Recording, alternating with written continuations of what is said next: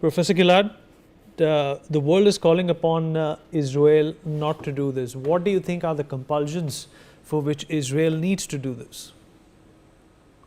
So first, I think that one of the most important points is that Hamas today feels emboldened. I agree with what Mrs. Seth has said. Hamas feels emboldened. They feel stronger than they were before, and it's very ironic that the more the people of Gaza suffer, and the more the humanitarian crisis deepens, Hamas feels that it has the upper hand.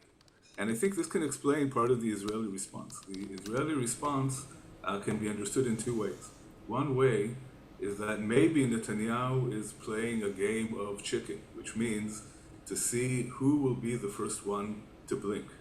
He is raising the stakes and is saying that he's going to capture Gaza City and deepen the war. This is a threat to Hamas, and perhaps part of the motivation is to try to get Hamas to be the one to blink first and agree to be more reasonable when it comes to negotiations. But there's another option. The other option, which I don't think we can dismiss, is that Netanyahu really means it. And that in this case, Netanyahu will be taking an enormous gamble. It will be a gamble on the life of the hostages.